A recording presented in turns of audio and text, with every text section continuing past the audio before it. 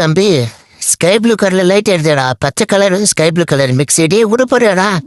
இதுதான் நான் நவந்துக்கிற தலை மண்டை மேலே வைப்பது பிளந்துருப்பது. டேட்டா வருதுடா நவருண்டா வந்துச்சுடா.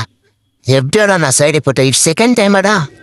என்னடா ராக்கெட் பிளான் போடுறடா. போச்சடா டே பில்டிங்க்கு நான் அந்த பக்கம் போச்சடா.